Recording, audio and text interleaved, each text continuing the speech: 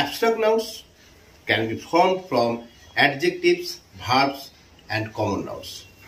যেমন বোর্ডে বেশ কিছু ওয়ার্ড রয়েছে, এই ওয়ার্ডগুলো যেমন ভার্ব রয়েছে, অ্যাডজেক্টিভস রয়েছে, যদি এইখান থেকে আমরা অ্যাবস্ট্রাক্ট নাউনে কনভার্ট করি তাহলে কি হতে পারে চলো দেখি। উইক, উইক থেকে যদি আমরা অ্যাবস্ট্রাক্ট নাউন ফর্ম করি তাহলে আমরা কি করতে পারি? উইকনেস, আমরা উইকের সাথে একটা নেস যোগ করবো, উইকনেস। ইন্টেলিজেন্ট, এইখান থেকে আমরা যেটা করবো সেটা হচ্ছে ইন্টেলিজেন্স, ইন্টেলিজেন্স। সাসপিসিয়াস, এই ওয়ার্ড থেকে যদি আমরা অ্যাবস্ট্রাক্ট নাউন ফর্ম করি তাহলে আমরা কি করব? সাসপিসিয়ান, সাসপিসিয়ান।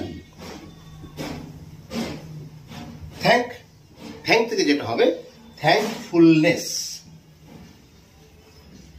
থ্যাঙ্কফুলনেস। অ্যাকসেপ্ট, অ্যাকসেপ্ট থেকে কি করব?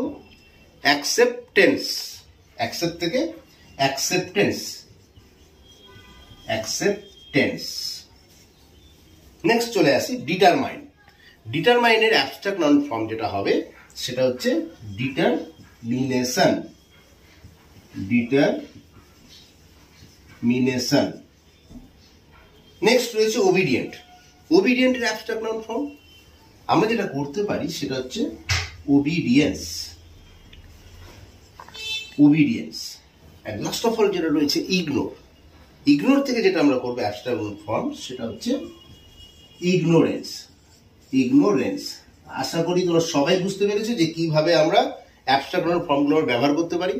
আচ্ছা চলো তোমাদের জন্য একটা ওয়ার্ড দিই, তোমরা সেটা এর অ্যাবস্ট্রাক্ট নাউন ফর্মটা কি হবে তোমরা সেটা করে আমাকে পাঠাবে। সেটা হচ্ছে এনথুজিয়াস্টিক। এই যে এনথুজিয়াস্টিক এই ওয়ার্ডটা, এই ওয়ার্ডের অ্যাবস্ট্রাক্ট নাউন ফর্মটা কি হবে সেটা তোমরা কমেন্ট করে আমাকে জানাবে। এটাই থাকবে তোমাদের হোমওয়ার্ক।